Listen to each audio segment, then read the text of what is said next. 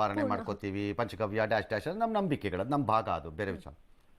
ಮೂಲ ಪ್ರಶ್ನೆ ಅಡಗಿರುವುದು ಲಡ್ಡುಗಾಗಿರುವಂತಹ ಕಲಬೆರಕೆ ಅಷ್ಟೇ.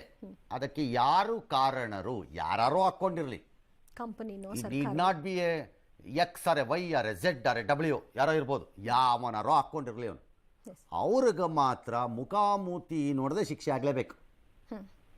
ದೇವಸ್ಥಾನಕ್ಕೆ ಹೋಗೋ ಅದ್ರಲ್ಲಿ ಅನುಮಾನನೇ ಬೇಕಿಲ್ಲ ಯಾವನಿಗೂ ಅಷ್ಟೇ. ಏನಪ್ಪ ಅಂದರೆ ಇಟ್ಸ್ ಡೀಪ್ಲಿ ಹರ್ಟಿಂಗ್ ಅಷ್ಟೇ. ಬೇರೆ ಯಾವುದಕ್ಕಾಗಿದ್ದಿದ್ರು ಈ ಪರಿಸ್ಥಿತಿ ಹೀಗಿರ್ತಿರ್ಲಿಲ್ಲ ಅನ್ನೋ ಕನಿಷ್ಠ ಪ್ರಜ್ಞೆ ಎಲ್ಲರಿಗೂ ಇರಬೇಕಷ್ಟೆ. ಒಂದು ವಿರಾಮ ತಗೊಳ್ಳೋಣ.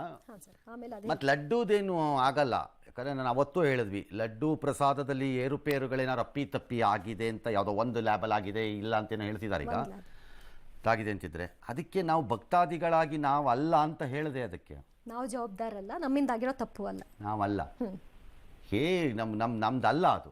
ಹಾಗಾಗಿ ಗೊತ್ತಿಲ್ಲದೆ ಆಗಿದ್ದಕ್ಕೆ ನಾವು ಜವಾಬ್ದಾರರಾಗಲ್ಲ, ಅದನ್ನ ಅರ್ಥ ಮಾಡ್ಕೊಂಡು ನಾವಾಗಲ್ಲ. ಹಂಗಾಗಿ ನಿಮ್ಮ ಪಾಡಿಗೆ ನೀವು ನಿಮ್ಮ ಪ್ರಸಾದವನ್ನು ಹಿಂದೆ ಹೇಗೆ ಸ್ವೀಕಾರ ಮಾಡ್ತಿದ್ರು ಆಗ ನಮ್ಮ ಪಾಡು ನಾವು ಸ್ವೀಕಾರ ಮಾಡ್ಕೊಂಡು ಹೋಗ್ತಿರ್ಬೋದು.